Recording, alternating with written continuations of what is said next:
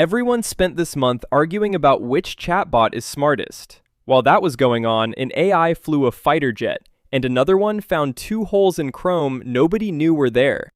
Meanwhile, a completely different system wrote the biggest song in Sweden for an artist who doesn't even exist. If you only watched the leaderboards, you missed all of it. So what actually happened? Back in July, DARPA and the US Air Force officially announced that they put a modified F-16 under the control of an AI agent. The initiative is called Project VENOM, and it kicked into full gear after a series of crewed validation flights in June confirmed that the aircraft wouldn't just randomly drop out of the sky. So they basically loaded a human pilot into the seat, took off from Eglin Air Force Base, and ran the whole thing as a human on the loop system in mid-air, meaning the software flies the jet while the pilot just sits there to monitor the AI and intervene if needed. And just so we're clear on the stakes, this was an actual supersonic fighter jet being piloted by an algorithm under direct supervision, rather than a drone on a pre-programmed flight path or a simulator benchmark running safely on a server rack. Which means a human pilot sat in the cockpit to supervise while the AI flew, presumably sweating through their flight suit and aggressively rethinking their career choices since their only job was to sit there and watch.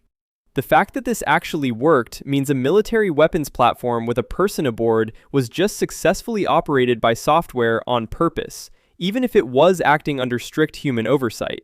And if they're already comfortable letting a model fly a jet, it naturally leaves you wondering what other highly consequential government systems are being trusted to software. OpenAI just published a case study showing that its new cyber-focused model uncovered two completely unknown flaws in V8, which is the underlying JavaScript engine that powers Google Chrome and aggressively eats all your computer's RAM.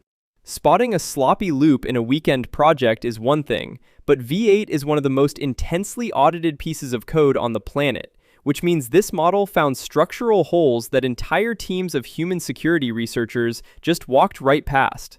One of those vulnerabilities was serious enough that it got formally issued a CVE number and patched by Google, which has to be a pretty humbling morning for the engineers who were supposed to be guarding the gate.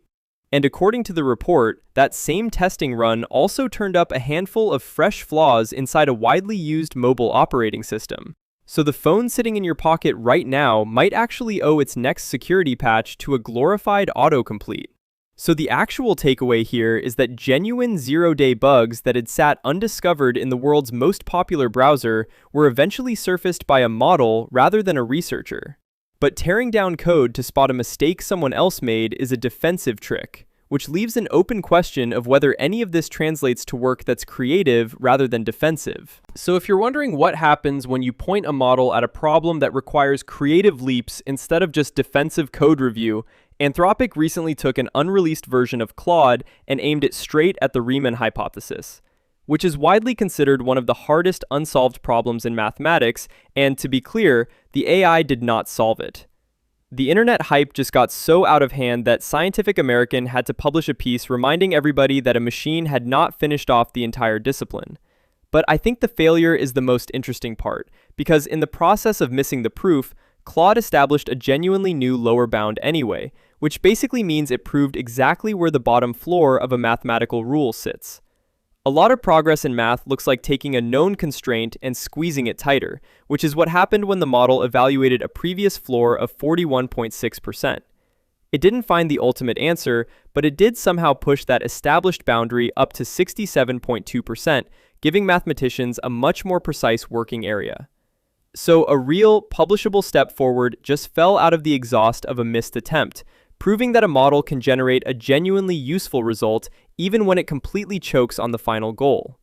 Which is a fascinating result if you're a working academic, but it leaves an open question of whether any of these high-end capabilities will ever reach an ordinary person rather than staying locked up in another research paper. If you were refreshing OpenRouter on August 20th, 2026, the answer to whether ordinary people get to touch these systems was yes, but the delivery mechanism was a ghost. Out of nowhere, a model called Ox Alpha dropped onto the platform under the provider name Stealth, which means absolutely no company is admitting they built it. It arrived as a system that people are calling frontier grade, which handles text, images, and video, complete with a 1 million token context window. And because the AI industry is completely normal right now, this incredibly expensive piece of software was handed out for free for a week. But there is a catch, which is that OpenRouter explicitly warns you that while the anonymous provider promises they do not train on what you send them, your data is still officially retained by the provider. So if you paste your company's proprietary source code into a nameless void just because a ghost promised not to learn from it, you're basically playing Russian roulette with your employment. This is actually the 5th time a mystery model of this caliber has randomly appeared in the last 6 months, and historically, every single one of those earlier ghost drops turned out to be a stealth test from a Chinese lab. Which means we're living in a reality where frontier capabilities are just dumped online by people who refuse to put their name on the box. And that leaves an obvious question of what a model looks like when a lab is actually willing to put their name on the thing they built. So the answer to that actually came this month from Google DeepMind, who announced SL2T, a sign language translation model that translates American Sign Language into English, with more languages promised later. For decades, translating signs through a standard 2D phone camera was one of those notoriously stubborn computer vision problems, mostly because so much of the actual meaning lives in the tiny spatial details of finger overlap and facial expression, which usually meant you needed a specialized multi-camera tracking rig just to capture it accurately. And historically, when a lab tackles a problem like this, they'll publish a fantastic paper, launch a heavily controlled web demo, and then you never hear about it again. But DeepMind somehow managed to compress their pipeline enough to bypass the graveyard of research demos entirely, and they shipped it directly as a native feature on the Pixel 11. So a translation problem that sat practically untouched by consumer tech for years is now just a standard utility you can pull out of your pocket. It went straight from the lab into the hands of normal people, without getting bottlenecked by an API subscription or a waitlist. Which just makes you wonder what the rest of Google's science teams were doing while all of this was going on. Well, at least one of them was looking at the weather. Because DeepMind just published a paper on a model called WeatherNext that reports a genuine breakthrough in forecasting cyclones. Usually, when people talk about AI weather models, everyone fixates on accuracy for its own sake, treating the whole problem a bit like a dog chasing cars, where the only goal is to predict exactly where the rain is going to fall tomorrow. But with something like a tropical cyclone, pinning down the absolute perfect coordinates matters a lot less than just knowing it's coming early enough to actually do something about it.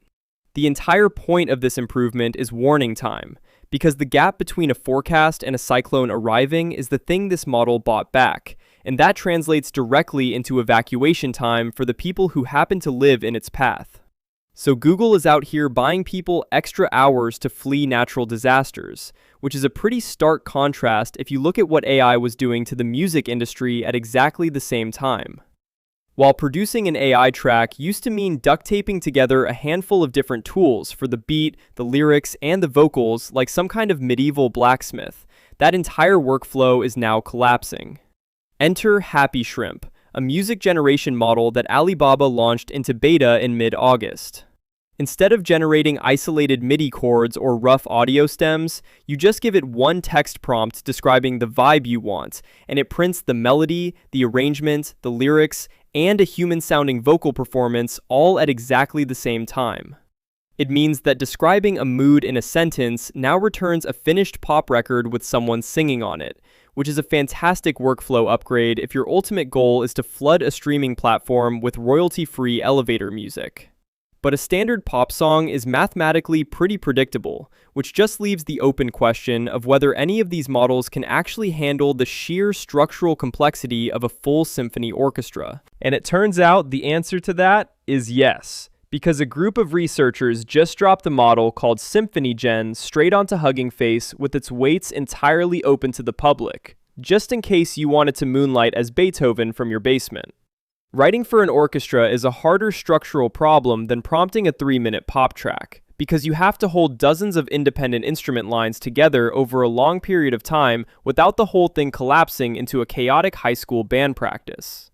The way the system avoids that disaster is by building a controllable harmony skeleton first, which basically acts as a rigid musical scaffolding that forces all the individual orchestral parts to stay on the exact same page as the composition evolves. which means holding all those disparate lines together turned out to be a completely solvable problem that you can actually run locally right now. The only thing we don't really know yet is whether any actual human beings anywhere on Earth are going to sit down and listen to an hour of it.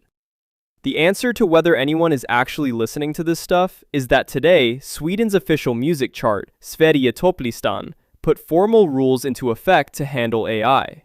They had to do this because an AI folk pop track credited to an artist who does not exist infiltrated the rankings like some kind of acoustic sleeper agent. The release was supposedly by a guy named Jakub, and it racked up millions of streams on its way to #1 on the country's Spotify chart, while regular people just accepted it as a completely normal hit record. It took local journalists digging into the upload to prove the performer was a total fabrication, which means the track was never actually eligible for the official chart in the first place. We already know that arranging and voicing a track is basically a solved problem, but in this case, a lot of people listened to a hit without anyone noticing nobody had performed it. Which means the only thing left to figure out is what landed this month for the people making pictures rather than sound. What actually landed was WAN Animate 2, a framework that takes a standard driving video and transfers the human performance directly onto a character. You don't need a capture stage, a green screen, or a spandex suit with ping pong balls taped to it, because the model handles the entire character animation process just by looking at a flat video clip and mapping the motion over. It also added flexible viewpoint control, which means you can change the camera angle in the final render instead of being forced to match the exact framing of the reference video you shot.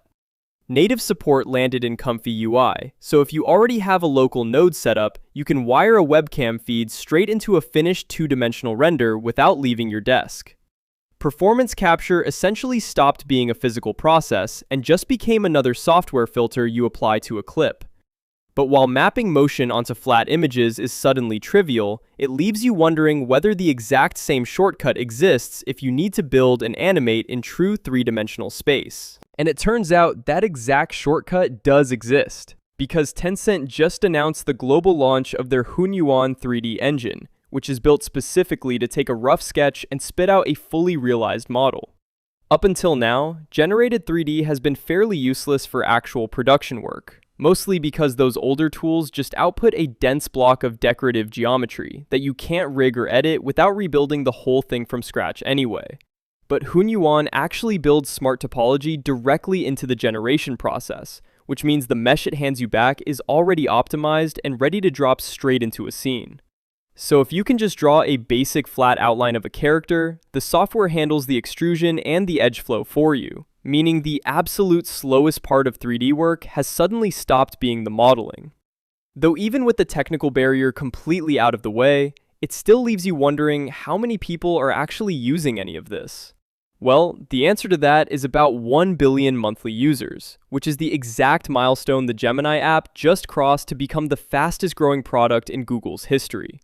And to put that scale in perspective, those users are currently generating more than 150 million images every single day, which means there are entire nuclear-powered data centers out there right now that are dedicated exclusively to rendering pictures of dogs in spacesuits.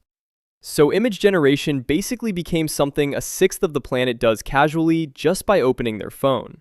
But I think getting a billion people to play with an AI toy is mostly just about consumer distribution, which still leaves you wondering whether that scale actually means anything where the stakes are real. Well, a recent study published in Nature Medicine decided to test exactly that, putting general-purpose large language models in a head-to-head matchup against FDA-cleared clinical AI to see what would happen. You would naturally assume the highly regulated, purpose-built medical software would wipe the floor with the exact same off-the-shelf chatbot you probably use to write passive-aggressive emails to your landlord. But it didn't, and the general models actually came out ahead, which the authors specifically framed as a regulatory validation gap, rather than some kind of sweeping medical endorsement. Because the truly uncomfortable half of this result is that software nobody explicitly cleared for medicine is currently outperforming the specialist software that regulators actually signed off on.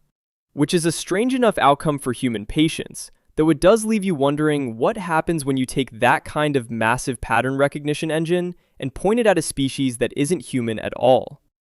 Well, it turns out that if you gather up roughly 127,000 recordings of crows, you end up with an audio dataset that is physically impossible for a human team to sit down and actually listen through. So researchers at the Earth Species Project just fed the whole pile into a machine learning model called Voxaboxen to sort the sounds by similarity, and it surfaced a pattern in animal communication that is pretty surprising. The model showed that the vast majority of crow vocalizations are actually soft, close-range murmurs, which suggests that most of what they say is just meant for whoever is standing right next to them, and the loud caws everyone knows them for turned out to be the exception. And no, despite the viral rumors you might have seen, the system did not decode what they are saying about humans, so you don't need to go outside and start apologizing to the birds in your driveway. Anyways, that's all, folks.